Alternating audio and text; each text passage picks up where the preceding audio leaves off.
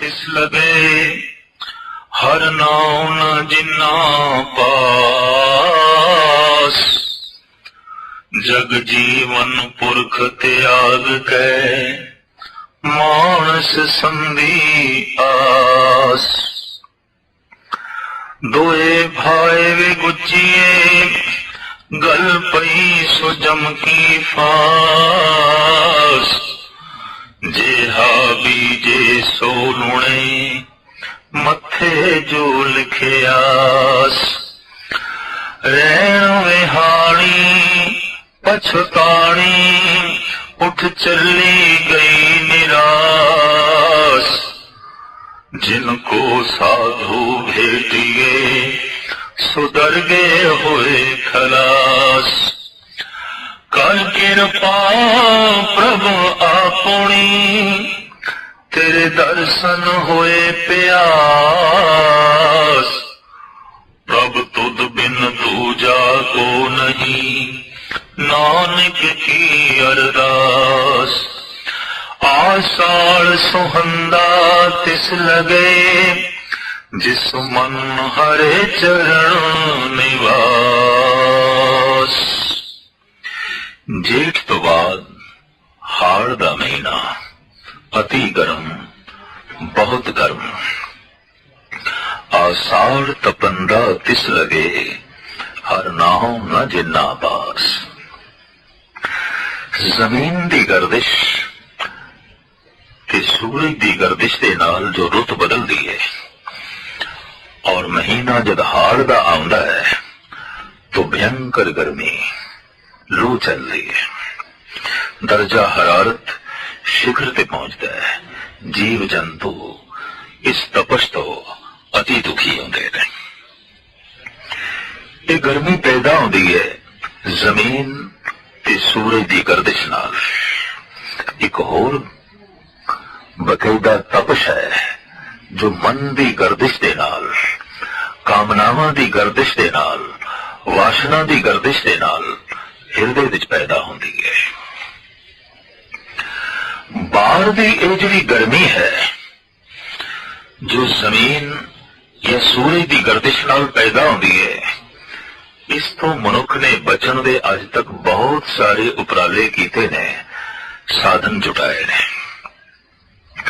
देहात विच असीं देखते हैं अंबां दे दरख्तां दी ठंडी छां, पिपल दी छां थले बैठ के हवा दे झोंकियां विच और घड़े दा ठंडा पानी पी के हाड़ दे महीने दी गर्मी तो बचण दा उपराला करदे ने साडे देहात दे लोकी, पिंड दे वासी।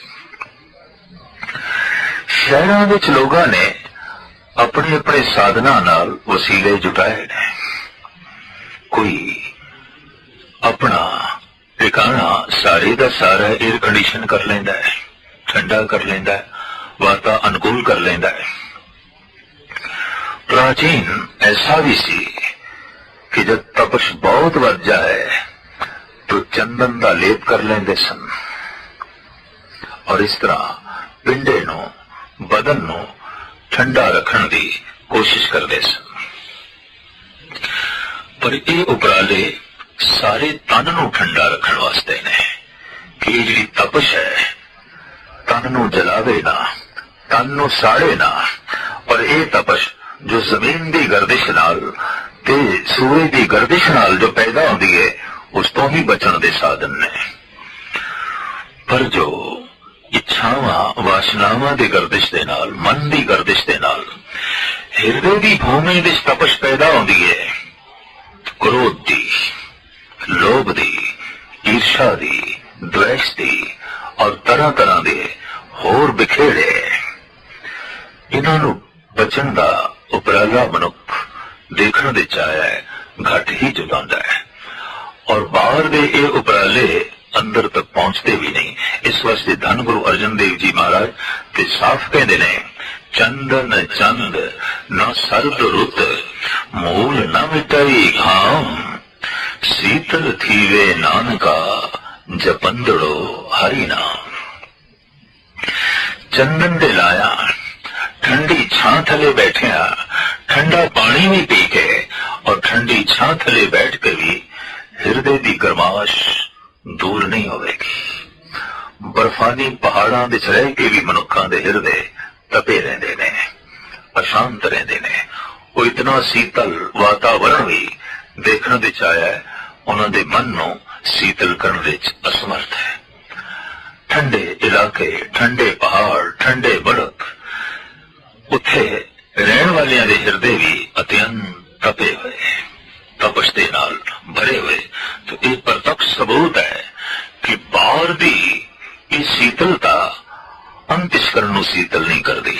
इस वास्ते ते संस्कृति श्लोक सतगुरु कहते ने, न शीतलं चंद्र देवे, न शीतलं बावन चंदने, न शीतलं शीत रुतेन नानक, शीतलं साध स्वजने। चंद्रमा की किरणा भी हिरदे नूं शीतल नहीं कर सकदियां, सिर्फ तन नूं ठंडा रख सकदियां। और इसी तरीके नाल चंदन का लेप है, ठंडिया हवावां ने, बर्फानी हवावां ने, शीतल बाहर का माहौल है, ये हिरदे नूं शीतल नहीं करता। हिरदा शीतल केवल परमात्मा दे नाम नाल होंदा है, ईश्वर दे नाम नाल होंदा है। तो इस वास्ते साहिब इत्थे पे फरमान करदे ने, आषाढ़ तपंदा तिस लगे, हर नाम न जिन्ना पास। जिन्हां दे कोल हरि दा नाम नहीं, उन्हां दे अंतस्करण दे ते हमेशा ही हाड़ बनिया रहिंदा है, आषाढ़ दी रुत बनी रहिंदी है, हर वक्त हिरदे तपे रहिंदे ने। पृथ्वी दे ते ये जिहड़े महीने, ये जिहड़े रुतां ने, ये हर 30-31 दिनां तो बाद बदलते रहंदे ने। हिरदे दी भूमि विच कुछ महीने ऐसे ने टिक के ही रह जाते ने, टिके हाड़ तो टिक के ही रह गए। तपे होया हिरदा है कि जीवन भर तपे होया रहे। इत्थे दी चाल किसी होर ढंग नाल जो है चलदी है, मनुख दी सोचनी नाल चलदी है, मनुख दे चिंतन नाल चलदी है, मन दियां वासनावां नाल जो है चलदी है। तो साहिब कहना, जिन्हां दे कोल परमात्मा दा नाम नहीं, आषाढ़ दे महीने दी गर्मी उन्हां नूं बाहरों ते तपाउंदी है, पर उन्हां दे अंतस्करण विच भी हाड़ बनिया रहिंदा है, उन्हां दा हिरदा भी तपिया रहिंदा है, क्योंकि परमात्मा दा नाम नहीं है। आषाढ़ तपंदा तिस लगे, हर नाव न जिन्ना पास। जग जीवन पुरख त्याग के, मानस संधि आस। जो जगत दा जीवन है, जीवन दे देण वाला है, ते जीव जी सकन अनंत दाता दे देण वाला है, ओनू भुला के ये मनुख दी आस ते जी रहा है। बंदा बंदे दी आस ते जी रहा है। बंदा उसकी आस करदा जिस तो ये आया है, जिस तो ये जीवन आया है, जिस तो ये सब कुछ आया है। पर मनुखी दुनिया विच कितनी मूर्ता चलती है। बंदा बंदे दी आस ते जी रहा है, मनुख दी टेक ते जो है जी रहा है। बाबा फरीद ते बहुत वड्डी फिटकार पांदे ने उसते, जेड़ा मनुख दी आस ते जींदा है।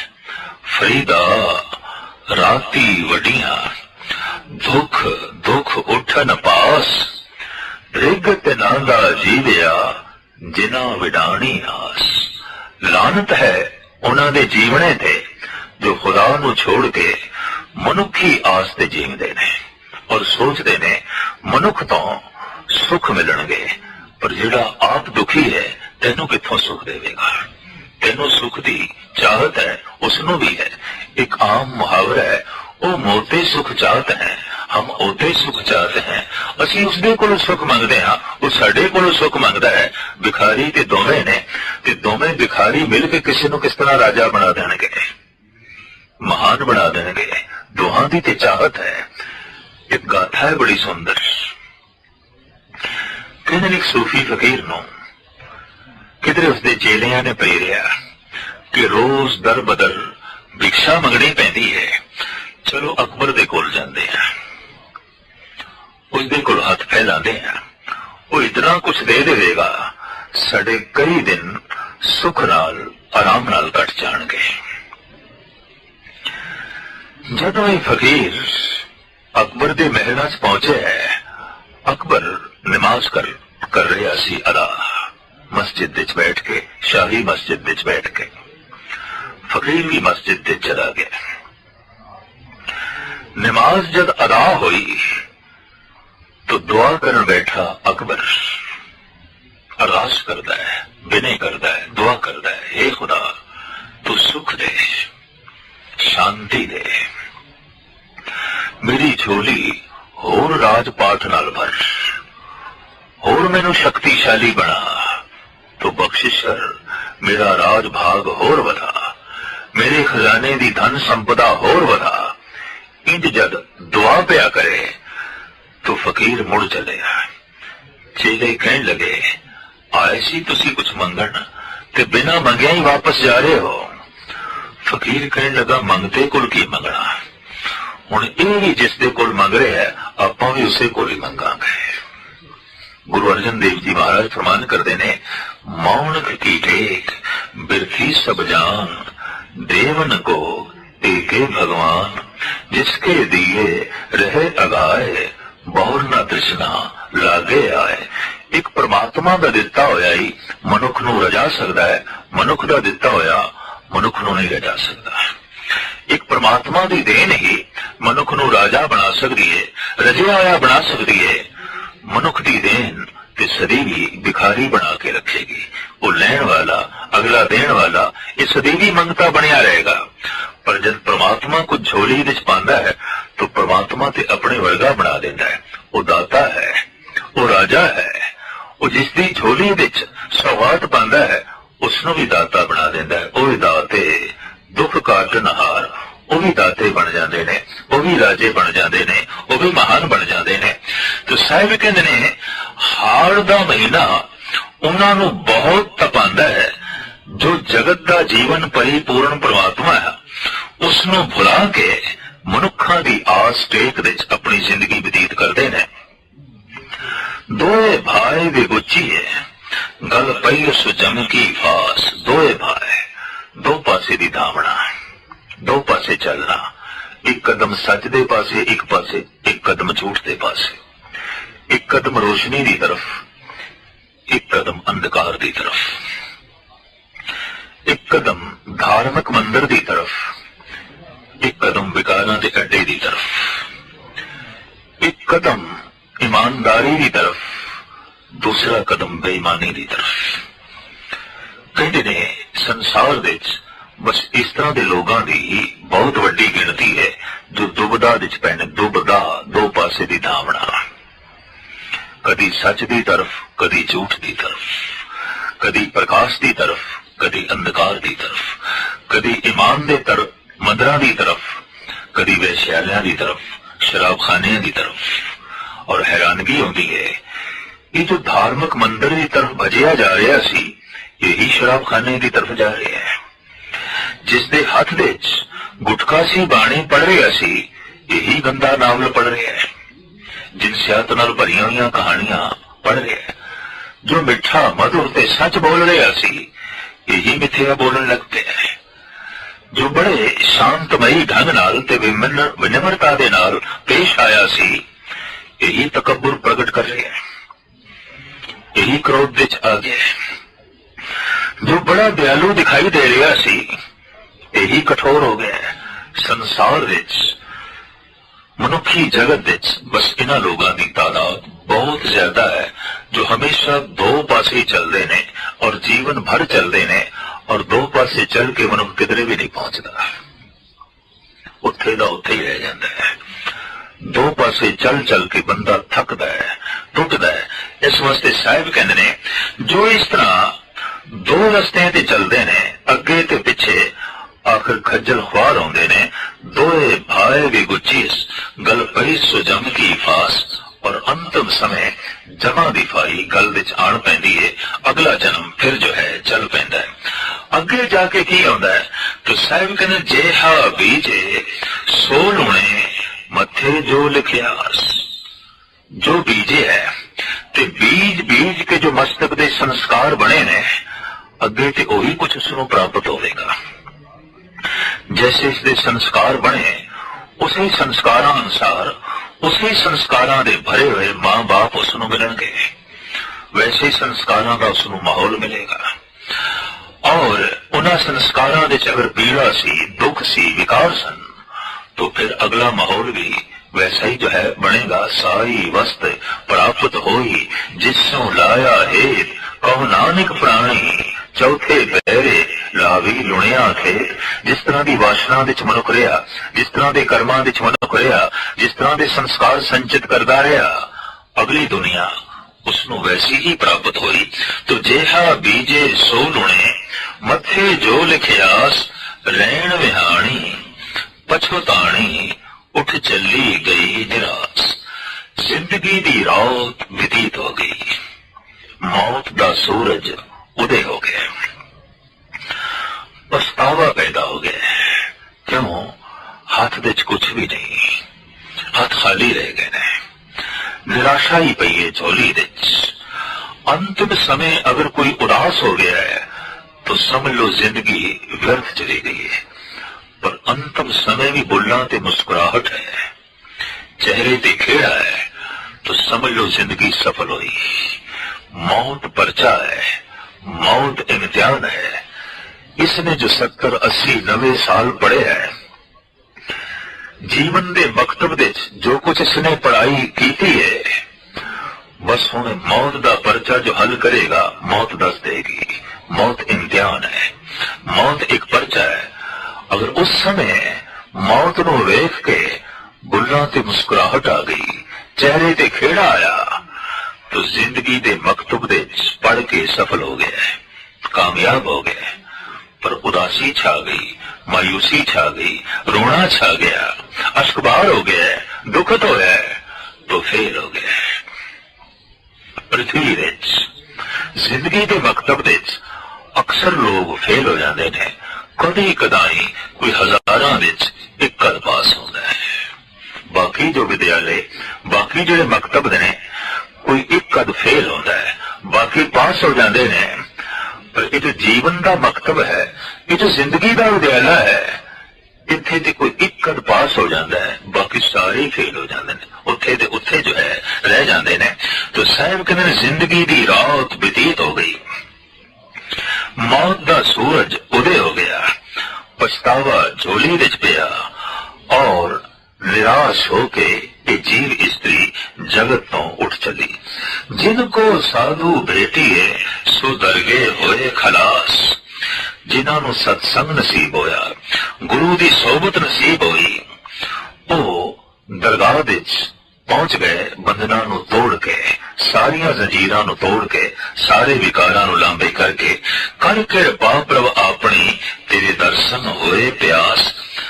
अषाढ़ दे महीने का उपदेश करते है धन गुरु अर्जन देव जी महाराज सानू अरदास करना सिखाते ने। हे प्रभु बख्शिश कर, रहमत कर, इस महीने विच तेरे दर्शनां दी प्यास पैदा होवे, तेरी भुख पैदा होवे, तेरे मिलन दी तांग पैदा होवे। क्योंकि प्रभु तुझ बिन दूजा को नहीं, नानक की अरदास। नानक दी ये अरदास है, जोदड़ी है, बेनती है। हे प्रभु ऐसो बिना और कोई भी समर्थ नहीं जो मेरे दुख कट सके। तेरे मुकाबले का होर कोई है नहीं जिसदे अगों मैं अरदास करा। इस वास्ते हे प्रभु तेरे अगों ही अरदास है, तेरे अगों ही जोदड़ी है। आषाढ़ सुहंदा तिस लगे, जिस मन हर चरण निवास। आषाढ़ का महीना उसे लिए सुहावना है, उसे लिए शीतल है, उसे मनुख लिए आनंदमयी है जिसका मन प्रभु दे गुणा दे जुड़े ही रहता है, प्रभु दे चरणा च लीन रहता है। आषाढ़ भला सूरज गगन तपे, धरती दुख सहे, सूखे अगन बखे। अगन रस सोखे, मरिए भूखे, भीसो किरत नहारे। रथ फिरे छाया धन ताके, पींड लवे मंज बारे। अवगुण बाद चली दुख आगे, सुख तिस साच संभाले। नानक जिसनु इह मन दिया, मरण जीवन प्रभ नाले। तुखारी राग दे 12 माह विच धन गुरु नानक देव जी महाराज दा पहले पातशाह जी दा उपदेश संदेश। भला है आषाढ़ दा महीना, सूरज गगन ते तप रहा है, आसमान ते तप रहा है, और इसकी तपश दे नाल धरती दुख सहे, सुख है अगन रखे। धरती तपश दा दुख उठांदी है, सुख है पानी सुखदा है, सरोवरां दा नदी नालियां दा। इस सूरज दी तपश नाल, इस अग्नि दे नाल सोका पै जांदा है, सरोवरां दा पानी घट जांदा है, दरियावां दा पानी घट जांदा है। हकीकत है जद मनुख दे अंतਿਸ਼ਕਰਣ विच विकारां दा सूरज पूरे जोबन नाल उदय होवे तो उत्थे शांति दया सुक जाती है। दैवी गणों का जल, दैवी गुणों की संपदा जो रस है, जो जल की तरह है, निर्मल है, पावन है, वो सुकना आरंभ हो जाती है। तपे हुए हिरदे विच दैवी गुण नहीं होते। जितना तपे हुआ हिरदा होगा उतना ही गुणा तो खाली होगा। तो साहिब कहते धरती दुख सहे, इस तपस के नाल धरती दुख सहारती है, सुख है अगन बखे।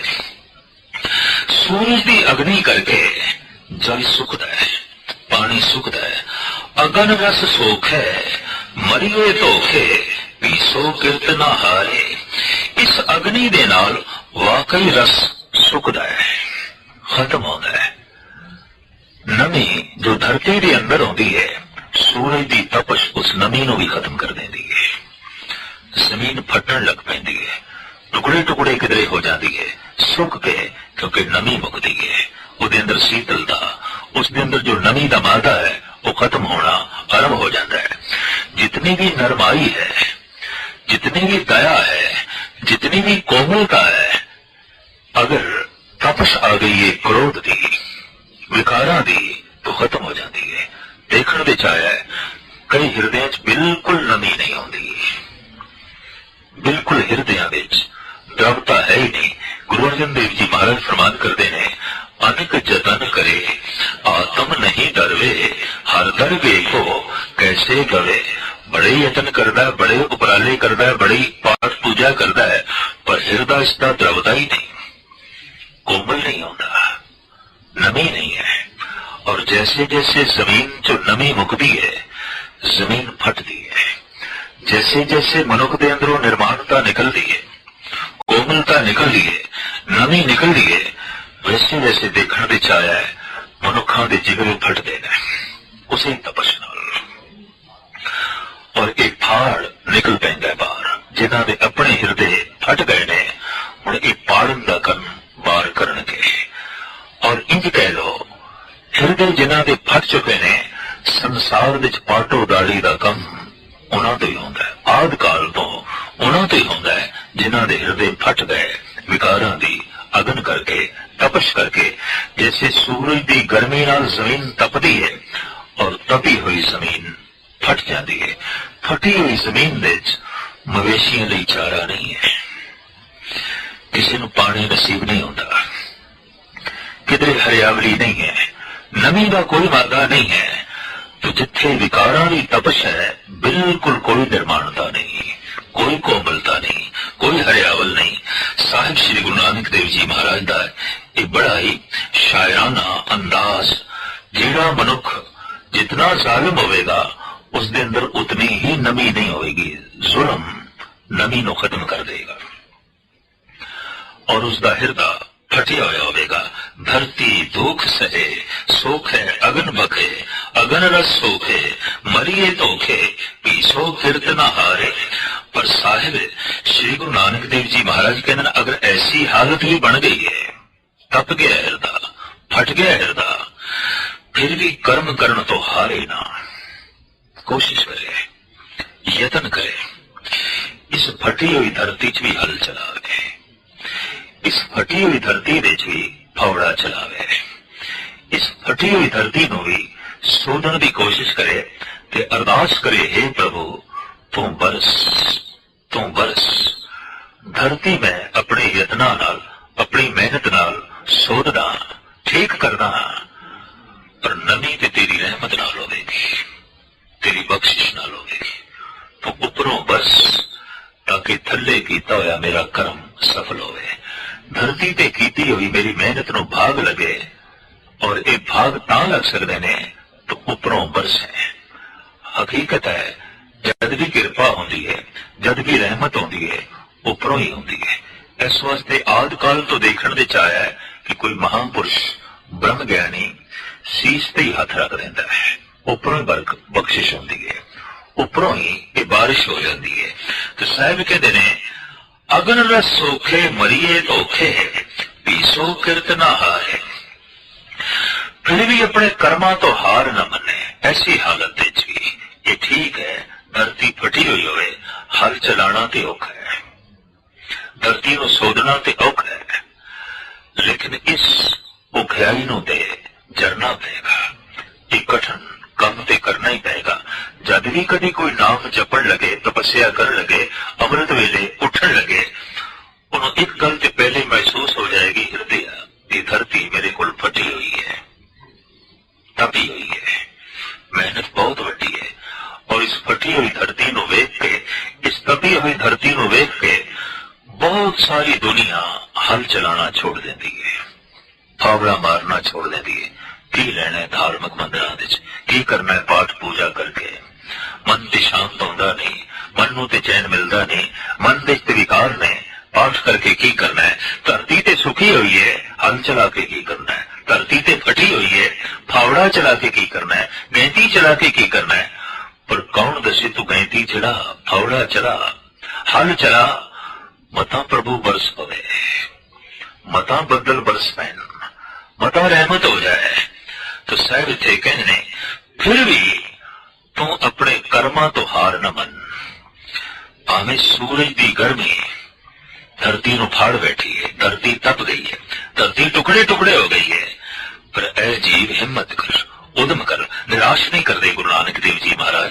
फिर भी तू हल चला, फिर भी तू कर्म कर, उद्यम कर, रथ फिरे छाया धन ताके, तीन लवे मझवार। ये सूरज दा रथ घूम रहा है चारों पासे, और धरती तप रही है, और टिड्डे छोटे छोटे पंछी तड़प रहे ने, बेजार ने, दुखद ने, विकारा करके सिर्फ मनुख ही दुखद नहीं है। देखण विच आउंदा है किधरे दृष्ट रोग दे तपया होया पतंगा जल जाता है, किधरे वासना दे रोग दा ग्रसिया होया हाथी खड्डे विच फस जाता है, किधरे गडेड़े दे नाद दा ग्रसिया होया हिरन शिकारी दे जाल विच फस जाता है, और किधरे सुगंध की लपेट विच आया होया भौरा कमल विच फस जाता है। सवेरे उसकी लाश ही जो है निकलती है, जब सूरज चढ़ता है तो कमल का फुल खिड़ता है, भौरे की लाश ही उस कमल फुल विच जो है निकलती है। एक एक रोग करके भौरा, हिरन, हाथी और पतंगा और मछली दुखत होंदियां ने। मांस का स्वाद गुड्डी देखी नहीं, फस गई मछली, तड़प रही है। हुण एक एक रोग करके, एक एक विकार करके, एक एक रस करके ये इतने दुखत होंदे ने, ते जिस मनुख दे हिरदे च ये सारे ही विकार होवन, उत्थे कितनी पीड़ा होगी, उत्थे कितनी दुख ते संताप की अग्नि होगी। पर साहिब कहने फिर भी ऐ बंदे तू हिम्मत ना हार, भावें सूरज की गर्मी है, भावें धरती तपी हुई है, अवगुण बाद चली दुख आवे, सुख तिस साज संभाले। ये जीव रूपी स्त्री निराश होके अवगुणा दी पोट बन चली है, पर हुण कौन दसे जो अवगुणा दी पोटली तो सिर ते बन्नी है, इन्हां दा अंजाम दे अगे दुख है। सुख ते तां ही मिल सकदा है तैनूं, सुख तिस साज संभाले, जो सच दी संभाल करे, प्रभु दी संभाल करे, फिर उसनूं ਸੁਖ ਦੀ ਪ੍ਰਾਪਤੀ ਹੋ ਸਕਦੀ ਹੈ। ਨਾਨਕ ਜਿਸਨੂੰ ਇਹ ਮਨ ਦੀਆ ਮਰਨ ਜੀਵਨ ਪ੍ਰਭ ਨਾਲੇ। ਜਿਸਨੂੰ ਗੁਣਾ ਵਾਲਾ ਮਨ ਦੇ ਦਿੱਤਾ ਹੈ, ਜਿਸਨੂੰ ਪ੍ਰਮਾਤਮਾ ਨੇ ਆਪਣਾ ਸੁਭਾਅ ਦੇ ਦਿੱਤਾ ਹੈ, ਜਿਸਨੇ ਜੀਵਨ ਤੇ ਮਰਨ ਪ੍ਰਭੂ ਦੇ ਲੇਖੇ ਲਾ ਦਿੱਤਾ ਹੈ, ਉਸ ਦਾ ਜੀਵਨਾ ਸਫਲ ਹੋ ਗਿਆ, ਮਰਨਾ ਸਫਲ ਹੋ ਗਿਆ, ਕਿਉਂਕਿ ਉਸਨੇ ਆਪਣਾ ਸੁਭਾਅ ਪ੍ਰਮਾਤਮਾ ਵਰਗਾ ਬਣਾ ਲਿਆ। ਅਸਾੜ ਦੇ ਮਹੀਨੇ ਦੀ ਤਪਸ਼ ਉਸਦੀ ਸ਼ਾਂਤ ਹੋ ਗਈ, ਸ਼ੀਤਲ ਹੋ ਗਈ।